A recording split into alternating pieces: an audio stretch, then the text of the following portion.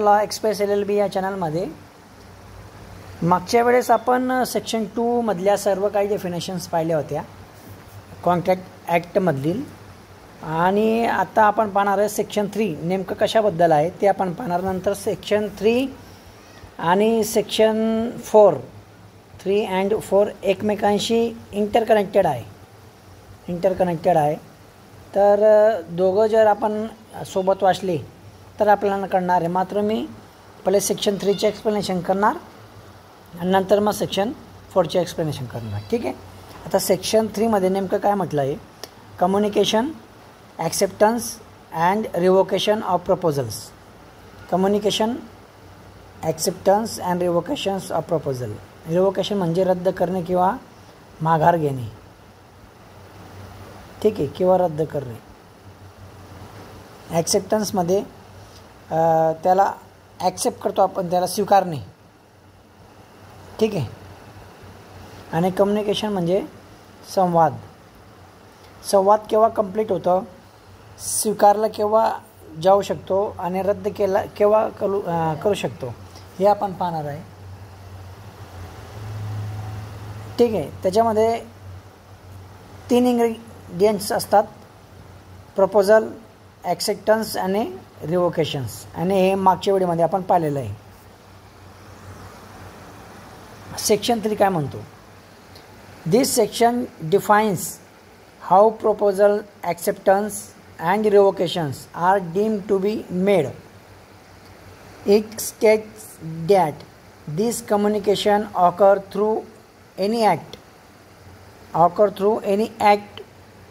or omission by the party involved that intended to communicate the message or has the effect of communicating it, especially it's about the act making the proposal, acceptance or revocations known to the other party. आता ही bare ॲक्टची भाषा असल्या कारणाने आपल्याला नेमकं त्यांनी काय म्हटलं याच्यामध्ये ते आपल्याला कळणार नाही.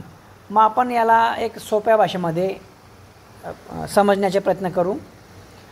समजा तुम्हाला तुमच्या मित्राला एक पेन विकायचे आहे. बरोबर. त्याला पेन तुम्ही त्याला असं विचारणार की हा पेन तू विकत घेणार का? बरोबर, विकत घेणार का? ठीक आहे, असं विचारलं. मग या ज्या गोष्टीला काय म्हणणार आपण? याला म्हणू कायद्याने प्रपोजल. ठीक आहे. याला म्हणणार आपण प्रस्ताव. हा झाला प्रस्ताव. ओके. तो म्हणतो ठीक आहे, तुम्ही जो मला पेन विक्री करताय तो मला ॲक्सेप्ट आहे, म्हणजे मी स्वीकारला. त्याची किंमत त्याने ठरवलं असेल 10 रुपये वगैरे जे काय असेल त्याच्यामध्ये. ठीक आहे. मग ते हा जो प्रपोजल आहे तो प्रपोजल त्याने काय केला? ॲक्सेप्ट केलं, म्हणजे त्याने स्वीकारलं. आणि यालाच ॲक्सेप्टन्स असं म्हणतात. राईट. आणि थर्ड गोष्टीनंतर तुम्ही विचार बदलून गेला की हा जो पेन होता तो 25 रुपयाचा होता, मात्र मी त्याला 10 रुपयामध्ये विकण्याचं सांगितलं. तर आता हा पेन मला विकायचा नाही आहे, किंवा या व्यतिरिक्त दुसरे इतर कुठले कारणे असू शकतात, किंवा हा पेन मला गिफ्ट मिळाला असेल किंवा काय असेल. आणि मग ही जी प्रक्रिया आहे तुम्ही जो सांगितलं, म्हणजे तुम्ही निर्णय बदलला. बरोबर की नाही? म्हणजे काय? रिवोकेशन. बरोबर. म्हणजे हा जो हे होता, करार होता, तो रद्द करण्याचा प्रस्ताव तुम्ही त्याच्या पुढे मांडला, कारण मला पेन विकायची नाही. आता या तिघी गोष्टींना काय म्हणतात? 1, 2 आणि ही 3 याला म्हणतात कम्युनिकेशन. ठीक आहे. अजून देखील तुम्हाला कळलं नसेल तर आपण अजून एक्झाम्पल पाहू. एक्झाम्पल एकदम सोप्या भाषेमध्ये पाहू की मला I want to sell my bicycle. Sorry, I want to sell my buy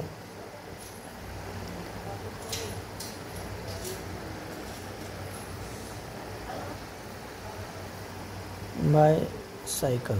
ठीक आहे.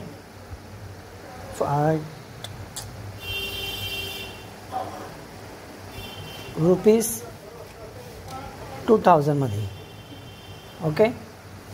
आणि मग या जी गोष्टीला काय म्हणणार आपण, या गोष्टीला म्हणणार प्रपोजल. दुसरी गोष्ट आता मग your friend says okay I will buy it, I shall buy it. बरोबर. मग ही जी हा पहिला प्रकार झाला, या दुसऱ्या प्रकाराला काय म्हणणार तुम्ही, ॲक्सेप्टन्स. कारण त्याने ॲक्सेप्ट केलं ना. तुम्ही 2000 मध्ये सायकल विक्रीला काढली. तो काय म्हणतो, ठीक आहे मी 2000 रुपयामध्ये घेण्यास तयार आहे. हे झालं प्रपोजल, हे झालं ॲक्सेप्टन्स. आता थर्ड गोष्टी राहिली. बरोबर की नाही. आणि नंतर तुमच्या मित्राचं काय झालं, I have change my mind, I have change my mind. काय तर आय एम नॉट